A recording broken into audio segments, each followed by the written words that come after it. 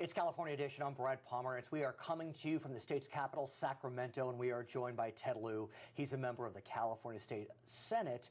And, sir, I want to speak with you about a bill that was signed last year, and it dealt with what's known as conversion therapy. What exactly is conversion therapy? It doesn't have to do with religion. It doesn't. It's when a mental health professional, such as a psychiatrist or a psychologist, tries to convert a patient from gay to straight. I see. And the medical evidence shows that that cannot be done. And when they try it, it actually makes people worse off. It gives them feelings of shame, of depression. It's caused people to commit suicide.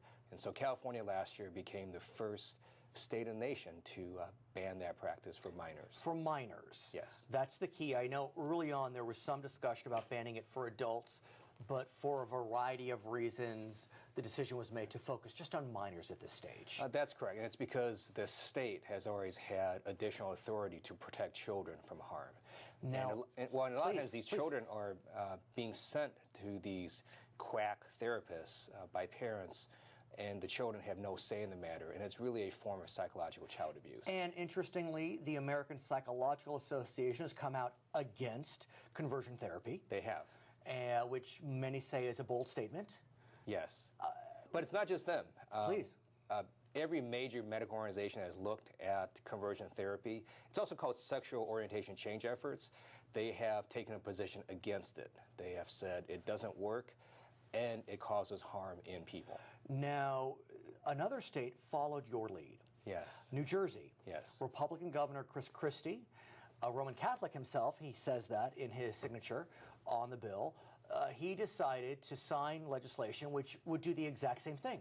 That's right. Ban conversion therapy in the state of New Jersey for minors. How does it make you feel that New Jersey followed the lead of Ted Lieu in California? It's a great validation of what we did in California.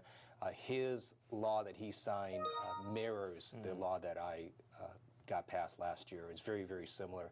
I also happen to be Catholic, but no one supports psychological child abuse, and that's essentially what this practice is. Interestingly, in California, the law is on hold. Right. Could you explain why it's on hold? Yes, so 2 federal district courts looked at the law. One upheld it, another struck it down as to 3 plaintiffs, and now the Ninth Circuit has the case. And regardless of what the Ninth Circuit does, I believe this issue will ultimately be appealed to the Supreme Court. Really? Even though it's a state law dealing with a specific issue unique to the state? Right. So what their We're both lawyers, which is dangerous, but be that as it may. What the opponents are saying is it's a matter of free speech. What we're saying is therapists and mental health professionals don't have the ability to do medical practices that are harmful. Whose free speech rights? Is it the parents or is it the doctors? The doctors. So the courts, both courts, have rejected the parents' rights in terms of free speech for the same reason that parents can't have their children go to any medical treatment. The FDA approves certain treatments. So along the same lines, parents don't have the right to just do things to their kids that are harmful. So as a sitting senator who drafted legislation, do you get involved in the legal process, or is that done out of your purview? Well, so this case was a little different. We had attorneys and various civil rights groups and legal groups along the process in the whole way, because we knew that this bill had to be very tightly crafted. At this stage, it's the Attorney General of California that defends the law. The Attorney General defends the law, that's correct. And there are interveners such as Equality California. When we come back, I want to speak with you about another legal issue. It deals with the National Security Administration. He's Ted Lieu. I'm Brad Pomerantz. For our viewers on HLN, thanks for joining us. For our other viewers, we'll be right back. Senator, I've said this before, I very much enjoy reading your Twitter feed. You are quite gregarious, provocative, and not necessarily towing the party line. You're a Democrat in the Senate, and you're willing to go against the Democratic president, and you are as it relates to the NSA surveillance question. Well, all elected officials, including the president, including those who are appointed to governmental office, take an oath. An oath is not to any particular political party. It's not to an administration. It's really not even to this country. The oath is very specific. It's to protect and defend the Constitution of the United States. Well, let's play it out. So what we know about the NSA is that they have been tracking telephone calls. They're not listening to telephone calls. What they're doing is they're looking for patterns. And if certain patterns raise alarms, then they will seek an order to listen to telephone calls. Why is that problematic to you? Well, so first of all, they have collected telephone information on every American, 270-some million. And the Fourth Amendment of the United States Constitution says that you can only have searches and seizures that are reasonable. Otherwise, you need to get a warrant. And you have to have reasonable suspicion. Well, what we know, let's have fun. Sure. What we know is, for example, the U.S. Supreme Court has said that taking blood is not an unreasonable search and seizure. They have said that collecting trash from outside of your home is not an unreasonable search and seizure. If they're not listening to your phone call, but tracking patterns, how is that unreasonable? So first of all, keep in mind, the Director of National Intelligence, James Clapper, lied to Congress. In what context? He actually denied the existence of this program, essentially. And he admitted he lied publicly. So one question is, how do you trust that what the NSA and intelligence folks say is actually true? So let's keep going with this. This is fun. They don't just search this database. They actually own it.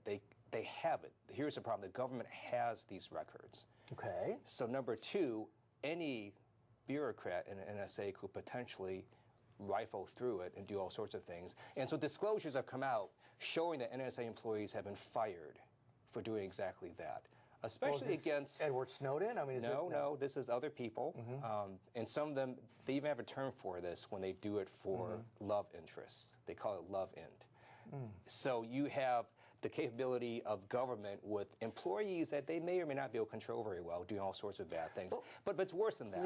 It's not just phone records. So disclosures since then have shown that they have inadvertently, according to the NSA, also collected internet traffic, including emails. Okay, well, let's talk about internet and read traffic. them. So, okay, well, again, the reading becomes more questionable. But if they're looking for trends, which is how many emails are you sending to Pakistan, and then they're getting a warrant, you still have a problem with that. With collecting information on 270 million Americans' phone records, because they will know who you called, who called you, at what time, how long the call was, for every American. And the theory is that you are reasonably suspicious, and me, and everybody. That's the only way they can actually collect this information. What can we do short of this? So Congress introduced a law that was bipartisan, a Republican and a Democratic sponsor with lots of sponsors on both sides, bipartisan. It almost passed Congress. And that law would have? It would have actually basically shut down this NSA operation with regards to phone records. Okay, but let's go back. If you are correct, and what they have done is on the other side of the Constitution, how might our federal government track telephone information to protect Americans? They have to have reasonable suspicion. The same law has always been. How did they create reasonable suspicion without knowledge? Well, so here's the issue. That's a problem with the Constitution. If you don't like what the Constitution says, you try to amend it, but you can't violate it. So it's the reason that government can't just knock down people's doors and try to look for patterns. They actually have to get a warrant. Now, I've also introduced a resolution in the California State Senate. It's SJ 16, and the joint author is a Republican, Joe Anderson. Well, there's no doubt that there are libertarian interests that are very upset about this. So, but keep in mind this. The last time a Democratic administration violated the Constitution on a mass basis, over 100,000 Americans were interned, who happened to be Japanese Americans. Ted Lieu makes us think. He is a member of the California State Senate. My name is Brad Palmer. We thank you for watching California Edition.